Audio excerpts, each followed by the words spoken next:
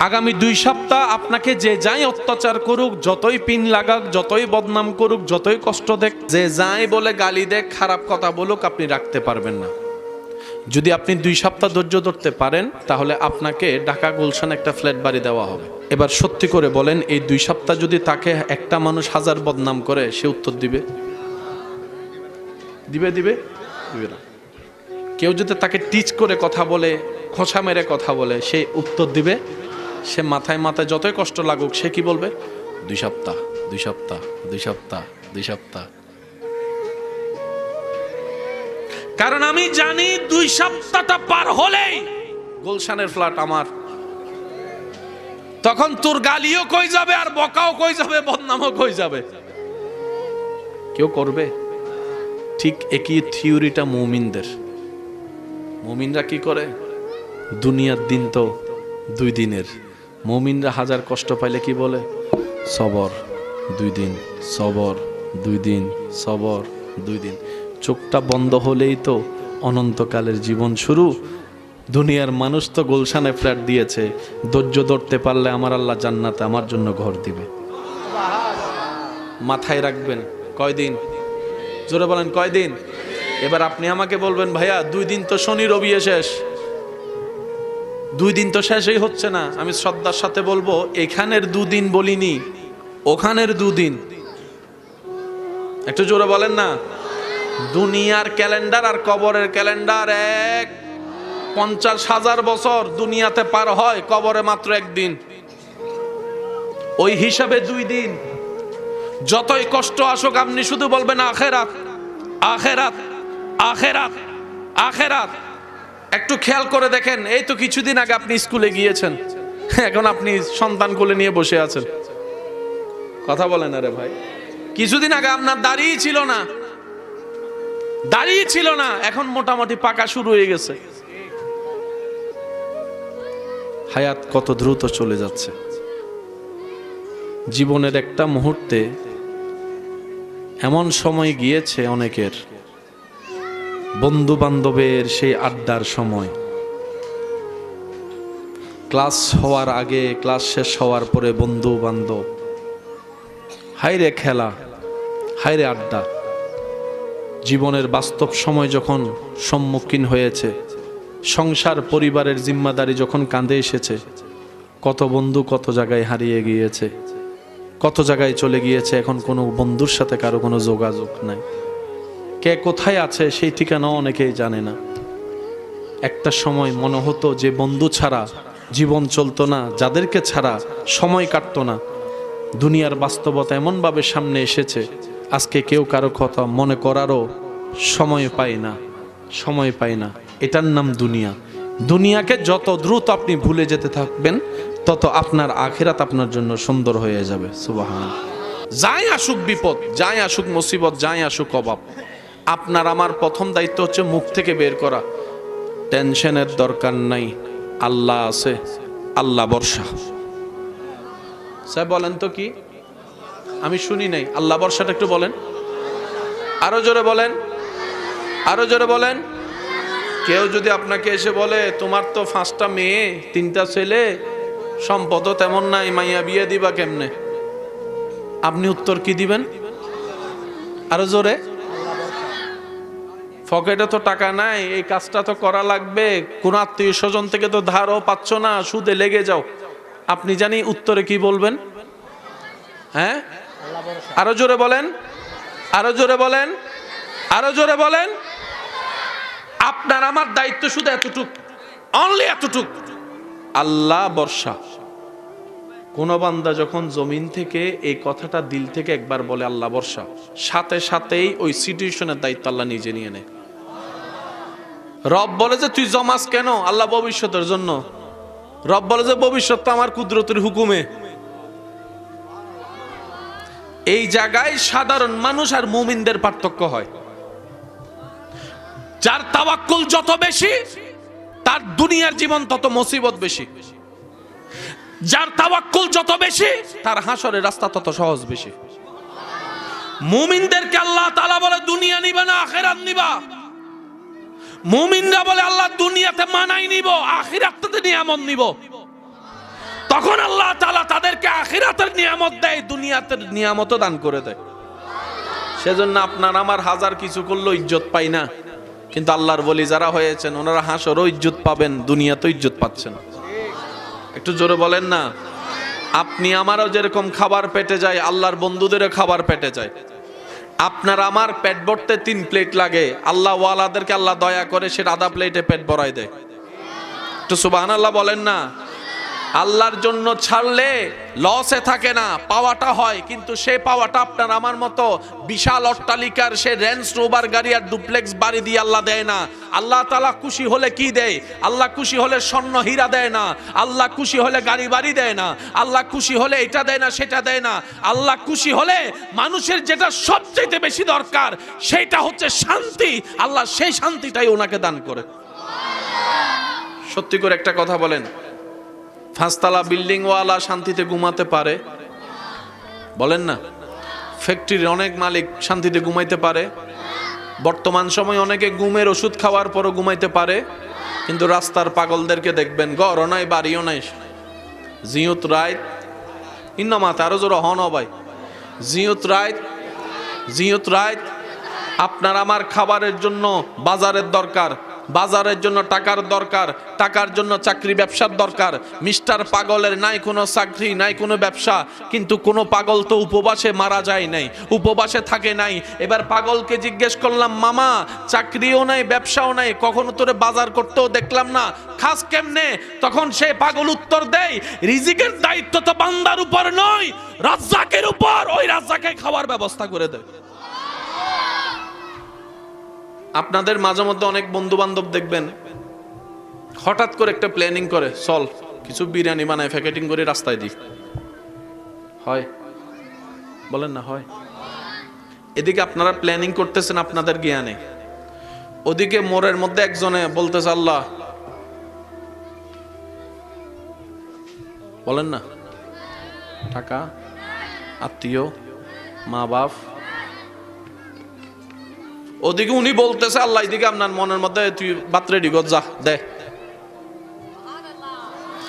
এতগুলো রাস্তা থাকতে আপনার গাড়ি সেদিকে যাচ্ছে যেদিকে বান্দা দোয়া করছে।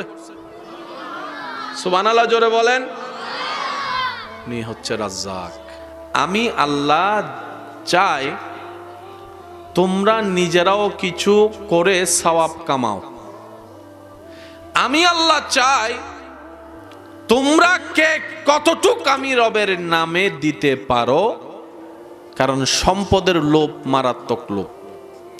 এই লোভকে পিছনে ফেলে আমি রবের জন্য কে কতটুক করতে পারো, আমি সেটা দেখার জন্য ভালো কাজ, মসজিদ মাদ্রাসা নির্মাণের কাজটা তোমাদের উপর ছেড়ে দিলাম। সুবহানাল্লাহ। আমি কিছু প্রশ্ন করব, আপনারা একটু বুঝে বুঝে উত্তর দিবেন। যারা আসতে পারেননি, দূর থেকে শুনছেন, আপনারা ওইখান থেকে একটু হিসাবটা মিলাই দেখার চেষ্টা করবেন। যে কোনো কিছু করতে গেলে, বানাতে গেলে টাকার দরকার আছে না নাই? অনেক সময় দেখবেন মিস্ত্রি যতটুকু এস্টিমেট দেয়, কাজ করতে নামলে তার চাইতে ডবল লাগে। মিস্ত্রিরও ফুজর করলে হবো না, 10 লাখ হয়ে যাবো গুই, 12 লাখ লই নাই মন 20 লাখ শেষ হয়ে গিয়ে দেয়, তারপরে যে হাস শেষ। আসা না নাই? একটু জোরে বলেন, আসা না নাই? তাহলে আপনার 12 লাখ নিয়ে নামলেন, 10 লাখ এস্টিমেট ছিল, 20 লাখও এখন কাজ শেষ হতে পারে। এরকম অনেক কাজ বন্ধ হয়ে গেছে, অনেক কাজ পরিপূর্ণ হয়। বুকের মধ্যে হাত রেখে একটা কথা বলেন, এই পর্যন্ত কোন মসজিদ অসম্পূর্ণ আছে দেখান? জোরে বলেন। কোন মাদ্রাসা অসম্পূর্ণ আছে দেখান? কোনো না কোনো ভাবে আল্লাহ কিছু বান্দার ব্যবস্থা করে দেয়। আমি যদি মনে করি আমি না থাকলে কাজটা হবে না, এটা আমার ভুল ধারণা। আল্লাহর কাজ আল্লাহ করে নেই, আল্লাহর কাজ আল্লাহ করাই নেই, আল্লাহর কাজ আল্লাহ নিজে বরকত দিয়ে দেয়। আমি জানি না এই প্রতিষ্ঠান সম্পর্কে তেমন ভালো কিছু, তেমন কোনো ধারণা আমার নেই। তবে আমি এতটুক বলতে পারি, এতটুক পর্যন্ত আসার রাস্তাটা সহজ ছিল না। বলেন, কাজটা কি খারাপ না ভালো? কিন্তু তারপর অনেকেই বদনাম করেছে, অনেকেই বিরোধিতা করেছে, অনেকে হয়তো এমনও বলেছে দরকার কি, এক সময় হয়তো বলেছে অনেকে তুলতে পারতেছিল না, কারেন্টের তার ছিল। আচ্ছা, 11,000 কিলো। আল্লাহু আকবার। হ্যাঁ, সুবহানাল্লাহ। এই যে লাইভ প্রমাণ আপনারা নিজেরা দেখলেন। এটা যদি ব্যক্তিগত কাজের জন্য হতো, কাজটা কিন্তু এত সহজ। আমি কি বুঝাতে পারছি কথা? এই কথা বলার মেন কারণ কি? আমরা মুসলমান, অন্যরা যেভাবে ভাবে আমরা সেভাবে ভাবলে মানাই না। আমাদের একজন রব তো আছে, আমাদের একজন মালিক, আমাদের একজন খালিক, আমাদের একজন রহমানুর রহিম তো আছে, যার ভান্ডারে এমন আছে যেটার কোনো কমতি নাই। তাহলে আমরা পাবো না কেন? আমরা অভাবে থাকবো কেন? আমরা লসে থাকবো কেন? আমাদের রব তো গনি, যার দয়ার ভান্ডার দিয়ে ফেরাউনও রাজত্ব করছে। আমার কথা কি বুঝতে পারছেন?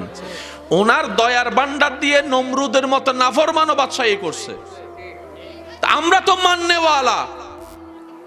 তো রব বলে যে বান্দা, তোরাও আমার, ফেরাউনও আমার। ফেরাউনকে পরকালে দিব না, যেটা চিরস্থায়ী, সেজন্য দুনিয়াটা দিয়ে দিলাম। তোদের জন্য আমি আল্লাহ দুনিয়াতে অল্প রেখেছি, পরকালে তোদের জন্য আমি আল্লাহ অঢেল রেখেছি, যা তোরা কল্পনাও করতে পারিস না। আমার বান্দাকে আমি কখনো নিরাশ করি না, সে আবু জাহেলেই হোক, কারণ আমার নাম রহমান। রহমান তিনি, যিনি আপনকেও দেয়, পরকেও দেয়। আরো জোরে বলেন না। রহমান তিনি, যিনি বন্ধুকেও দেয়, দুশমনকেও দেয়। রহমান তিনি, যিনি নামাজিকেও দেয়, বেনামাজিকেও দেয়। কিন্তু আর রহমান আর রহিম, আর রহমান আপনকেও দেয়, পরকেও দেয়। আর রহিম তিনি, যিনি শুধু বন্ধুকে দেয়, আপনকে দেয়। সুবহানাল্লাহ। আর একটু জোরে বলেন সুবহানাল্লাহ। রহমানের সেই নিয়ামত আপনও পেয়েছে, কাফেরও পেয়েছে। কিন্তু রহিম নামের যেই কোয়ালিটি, এটা শুধু আল্লাহ পাক রেখেছেন মুমিনদের জন্য। আচ্ছা আপনারা বলেন, ফেরাউন দুনিয়াতে পাইছে কি পাই নাই? হাসরে বলেন না, হাসরে পাবে? হাসরে কিচ্ছু পাবে? নমরুদ পাবে, ডোনাল্ড ট্রাম্প পাবে, যা পাওয়ার এখানে নে। যেন হাসরে গিয়ে বলতে না পারে, আল্লাহ তুমি তো একতরফা করেছো, মানছে বলে তাদেরকে দিছো, আমি মানি নাই বলে আমাকে দাও নাই, তাহলে তো তুমি রহমান হবা না। এই কথা যেন বলতে না পারে। ফেরাউন যখন নিজেকে খোদা দাবি করে বেয়াদবি করছে, আল্লাহ চাইলে সেকেন্ডের ভিতর তার সব করে দিতে পারতো।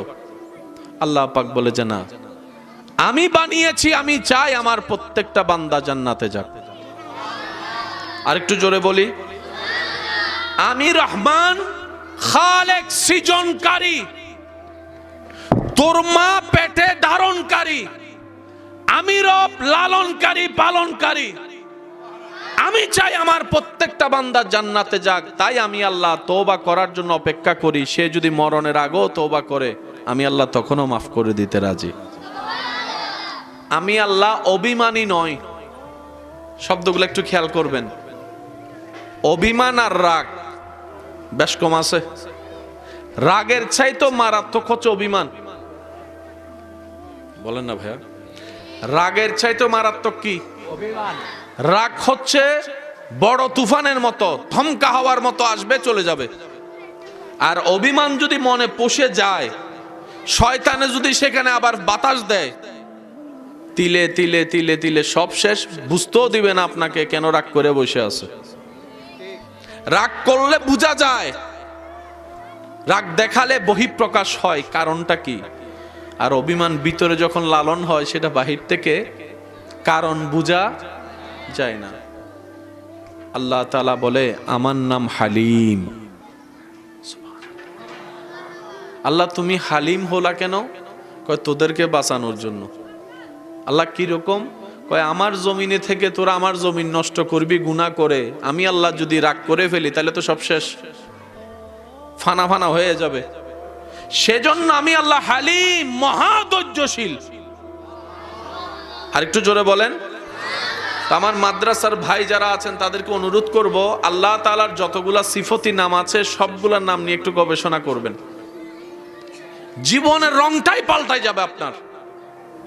আল্লাহ পাক বলে আমি হালিম, আমি মহাধৈর্যশীল, আমি গফফার, আমি মহা ক্ষমাশীল। একটু জোরে বলি, ক্ষমাকারী, ক্ষমাশীল, মহা ক্ষমাশীল এক কথা নয়। ক্ষমা আপনি আমিও করতে পারি, কিন্তু আপনি আমি কিছু কিছু জায়গায় গিয়ে ক্ষমা করব না, এরকম কিছু আছে না? বলেন না ভাই, আছে না? কিছু বিষয় আমরাও ক্ষমা করি মানুষ, কিন্তু কিছু বিষয় আছে আমরা চাইলেও ক্ষমা করতে পারি না, মন চাই না। রব বলে আনাল গফফার, বান্দা তুই যেই গুনাহ কল্পনা করো পৌঁছাতে পারবি না, ক্ষমার আশা করতে পারবি না, আমি আল্লাহ সেটা সেকেন্ডের আগে মাফ করে দিতে রাজি। আমি আল্লাহ রউফ, আমি আল্লাহ রউফ, আমি আল্লাহ রহিম, আমি আল্লাহ করিম, আমি আল্লাহ হালিম, আমি আল্লাহ গনি, আমি আল্লাহ বসির, আমি আল্লাহ সত্তার। আল্লাহ তোমার এত নাম কেন? রব বলে যে আমার প্রত্যেকটা নাম শুধু বান্দা তোদের জন্য, তোদের উপর দয়া করার জন্য, তোদের কল্যাণের জন্য। রব বলে আমি সব জানি, ভিতর বাহির প্রকাশ গোপন। তোদের গুনাহ যদি বাহিরে প্রকাশ হয় তোরা বেইজ্জত হয়ে যাবে। স্বামী দেখাতে পারবে না নিজের চেহারা, স্ত্রীর সামনে মাথা উঁচু করে দাঁড়াতে পারবে না, স্ত্রী কখনো চোখ মিলাতে পারবে না স্বামীর চোখের সাথে। এমন গুনাহ আমি জানি, কিন্তু আমি যেটা তোরা জানিস কাউকে জানতে দিই না, কারণ আমি আল্লাহ হলাম সত্তার, দোষের উপরে রহমত দিয়ে আমি চাদর দিয়ে ঢাকাই দিই। আল্লাহর প্রত্যেকটা গুণবাচক নাম আল্লাহর জন্য নয়, ফায়দা আমাদের জন্য। সুবহানাল্লাহ বলেন না? আল্লাহর একটা নাম রাজ্জাক আছে না? যদি কষ্ট না হয় একটু আওয়াজ দেন। আল্লাহর একটা নাম রাজ্জাক আছে না? রাজ্জাক তিনি কে? বলেন না, রাজ্জাক তিনি কে? রিজিকের চাবি কার হাতে? সবার রিজিকের দায়িত্ব কার হাতে? এই কথা যদি কোনো মুসলমান বুঝে ফেলতে পারে, বিশ্বাস করেন তার জীবনের 95% টেনশন শেষ। শুধু এই রাজ্জাক নামটা বুঝতে পারলে হবে, আর কিচ্ছু লাগবে না। একটা মানুষ দুনিয়াতে ভালোভাবে বেঁচে থাকার জন্য নিয়ামত রহমতের দরকার আছে না নাই? এবার বলেন, নিয়ামত দাতাকে, রহমত দাতাকে। বেঁচে থাকার জন্য রিজিকের দরকার, খাবারের দরকার, একটু জোরে বলেন। দেখার জন্য চোখের দরকার, শোনার জন্য কানের দরকার, চলার জন্য শক্তির দরকার, খাওয়ার জন্য পেটের দরকার, হজমের জন্য হজম শক্তি দরকার। সব কিছু যা দরকার একটা মানুষের লাইফ করার জন্য, সব কিছু দিচ্ছেন কে? আপনার রিজিকের দায়িত্ব যদি আপনার চাচা জাডার হাতে থাকতো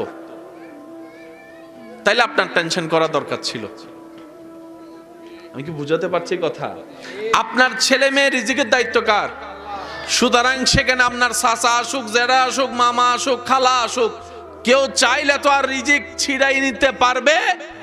কোন বাবা যখন এই কথা, কোন মা যখন এই কথা অন্তরে লালন করবে, আমার সন্তানের রিজিকের দায়িত্ব আমার আল্লাহর, সুতরাং আমার আল্লাহ তো দয়ার সীমা নাই, আমার আল্লাহ তো রহমানিয়তের সীমা নাই, আমার আল্লাহ তো করুণার সীমা নাই, সুতরাং আমি আমার পরিবার নিয়ে টেনশন করারও দরকার নেই। নারে তাকবীর, আল্লাহু আকবার। রিসালাত, মাওলানা মুকাররম বারি। এবার আওয়াজ দিয়ে বলেন, আপনার সন্তানকে কি আপনি খাওয়ান না আল্লাহ খাওয়ায়? আমাদেরকে কি মা বাবা খাওয়াইছেন, আল্লাহ খাওয়াইছে? কে আল্লাহ? যিনি আপনকেও খাওয়ায়, পরকেও খাওয়ায়। তা আপনার ছেলে মেয়েকে খাওয়াইতে পারবে না? বলেন না পারবে? বলেন না পারবে? তাহলে তো আপনার আমার 2 নম্বরই করে সম্পদ অর্জন করার দরকার। ব্যাংকে জমায়ে রাখার ওই নামাতে জমানো জিনিসটা আল্লাহর পছন্দ না। কোরআনে আল্লাহ যেখানে বলেছেন শুধু বলেছে খরচ করো, খরচ করো, দান করো, দান করো। রব বলে যে তুই জমাস কেন? আল্লাহ ভবিষ্যতের জন্য। রব বলে যে ভবিষ্যৎ তো আমার কুদরতের হুকুমে। এই জায়গায় সাধারণ মানুষ আর মুমিনদের পার্থক্য হয়। যার তাওয়াক্কুল যত বেশি তার দুনিয়ার জীবন তত মুসিবত বেশি। যার তাওয়াক্কুল যত বেশি তার হাসরের রাস্তা তত সহজ বেশি। মুমিনদেরকে আল্লাহ তাআলা বলে দুনিয়া নিবা না আখিরাত নিবা। মুমিনরা বলে আল্লাহ দুনিয়াতে মানাই নিব, আখিরাতে নিয়ামত নিব। তখন আল্লাহ তাআলা তাদেরকে আখিরাতের নিয়ামত দেয়, দুনিয়াতের নিয়ামতও দান করে দেয়। সেজন্য আপনার আমার হাজার কিছু করলেও ইজ্জত পাই না, কিন্তু আল্লাহর ওলি যারা হয়েছেন ওনারা হাসরও ইজ্জত পাবেন, দুনিয়াতেও ইজ্জত পাচ্ছেন। একটু জোরে বলেন না। আপনি আমারও যেরকম খাবার পেটে যায়, আল্লাহর বন্ধুদেরও খাবার পেটে যায়। আপনার আমার পেট ভরতে 3 প্লেট লাগে, আল্লাহ ওয়ালাদেরকে আল্লাহ দয়া করে সে আধা প্লেটে পেট ভরাই দেয়। একটু সুবহানাল্লাহ বলেন না। আল্লাহর জন্য ছাড়লে লসে থাকে না, পাওয়াটা হয়। কিন্তু সেই পাওয়াটা আপনার আমার মতো বিশাল অট্টালিকার সে রেঞ্জ রোভার গাড়ি আর ডুপ্লেক্স বাড়ি দিয়ে আল্লাহ দেয় না। আল্লাহ তাআলা খুশি হলে কি দেয়? আল্লাহ খুশি হলে স্বর্ণ হীরা দেয় না। আল্লাহ খুশি হলে গাড়ি বাড়ি দেয় না। আল্লাহ খুশি হলে এটা দেয় না, সেটা দেয় না। আল্লাহ খুশি হলে মানুষের যেটা সবচেয়ে বেশি দরকার সেটা হচ্ছে শান্তি, আল্লাহ সেই শান্তিটাই ওনাকে দান করে। সত্যি করে একটা কথা বলেন, 5 তলা বিল্ডিং ওয়ালা শান্তিতে ঘুমাতে পারে? বলেন না। ফ্যাক্টরির অনেক মালিক শান্তিতে ঘুমাইতে পারে? বর্তমান সময় অনেকে ঘুমের ওষুধ খাওয়ার পরও ঘুমাইতে পারে, কিন্তু রাস্তার পাগলদেরকে দেখবেন, ঘরও নাই বাড়িও নাই, জিয়ত রাইত ইন্নামাতে আরো জোর হন ভাই, জিয়ত রাইত, জিয়ত রাইত। আপনার আমার খাবারের জন্য বাজারের দরকার, বাজারের জন্য টাকার দরকার, টাকার জন্য চাকরি ব্যবসার দরকার। মিস্টার পাগলের নাই কোনো চাকরি, নাই কোনো ব্যবসা, কিন্তু কোনো পাগল তো উপবাসে মারা যায় নাই, উপবাসে থাকে নাই। এবার পাগলকে জিজ্ঞেস করলাম, মামা চাকরিও নাই ব্যবসাও নাই, কখনো তোরে বাজার করতেও দেখলাম না, খাস কেমনে? তখন সে পাগল উত্তর দেয়, রিজিকের দায়িত্ব তো বান্দার উপর নয়, রাজ্জাকের উপর। ওই রাজ্জাকে খাওয়ার ব্যবস্থা করে দেয়। আপনাদের মাঝে মধ্যে অনেক বন্ধু বান্ধব দেখবেন হঠাৎ করে একটা প্ল্যানিং করে, চল কিছু বিরিয়ানি বানায় প্যাকেটিং করে রাস্তায় দিই। হয়? বলেন না হয়? এদিকে আপনারা প্ল্যানিং করতেছেন আপনাদের জ্ঞানে, ওদিকে মোড়ের মধ্যে একজনে বলতেছে আল্লাহ, বলেন না, টাকা, আত্মীয়, মা বাপ, ওদিকে উনি বলতেছে আল্লাহ, এদিকে আপনার মনের মধ্যে তুই বাতরে ডিগত যা দে। এতগুলো রাস্তা থাকতে আপনার গাড়ি সেদিকে যাচ্ছে যেদিকে বান্দা দোয়া করছে। সুবহানাল্লাহ জোরে বলেন। উনি হচ্ছে রাজ্জাক। আমরা কি মুসলমান? বলি আমরা কি? অন্যরা যেভাবে ভাবে আমরা সেভাবে ভাবলে মানায় না। যেহেতু আমরা আলাদা, আমাদের চিন্তাও হবে আলাদা, আমাদের ভাবনাও হবে আলাদা, আমাদের রিয়েকশনও হবে আলাদা। জান্নাতকে আল্লাহ তাআলা যেই নবীর মালিকানায় দান করেছেন, কুল খায়রের কঞ্জি সাবি আল্লাহ যেই নবীর হাতে দান করেছেন, যেই নবীর কলিজার টুকরা খাতুনে জান্নাত মা ফাতেমা, যার ঘরে অনেকটা দিন খাবার ছিল না। বুঝবেন কথা, একটা হচ্ছে অভাবের কারণে না থাকা। যেই নবীকে আল্লাহ কুল কায়নাতের মালিক বানিয়েছেন, ওনার ঘরে অভাবের কারণে নাই নয়, ছিল যা মানুষকে দিতে দিতেই শেষ। বুঝবেন কথা, অভাবের কারণে নয়। আচ্ছা নবী যদি একবার বলতেন আল্লাহ দুনিয়ার হানা খাইতেন না, জান্নাতের হানা ফাটাও, বলেন বলেন বলেন বলেন বলেন, পাঠাতো পাঠাতো। নবী একবার বলছে আল্লাহ জান্নাতের খানা দাও?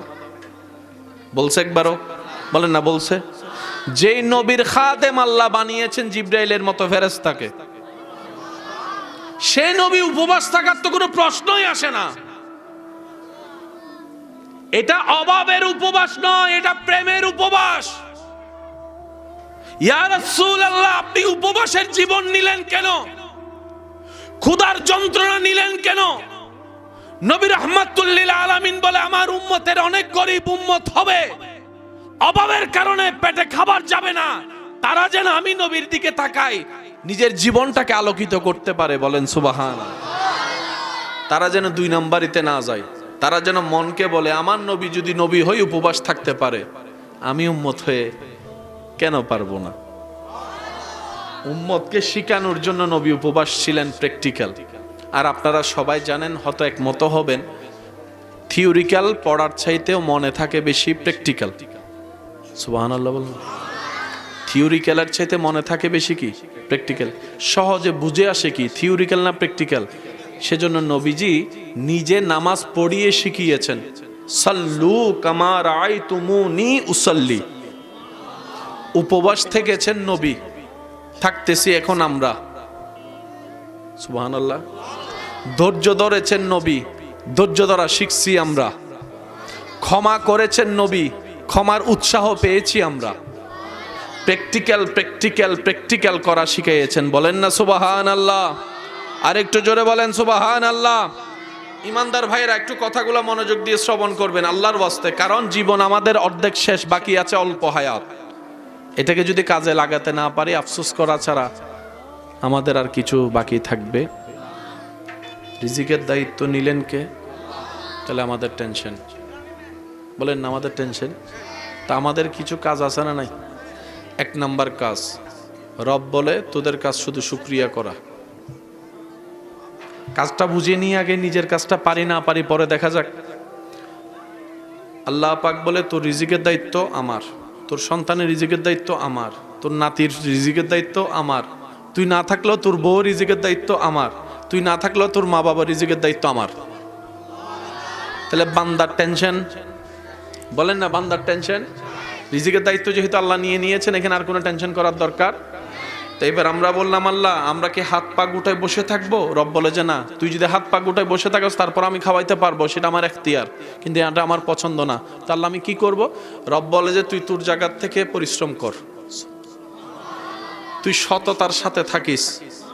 একটু মনে রাখবেন, তুই সর্বোচ্চ পরিশ্রম করবি, যা পাবি সেটার উপর খুশি মনে শুকরিয়া করবি, না পাইলে ধৈর্য ধরবি। তুই যদি 5টা কাজ করস, রিজিকের দায়িত্ব আমার।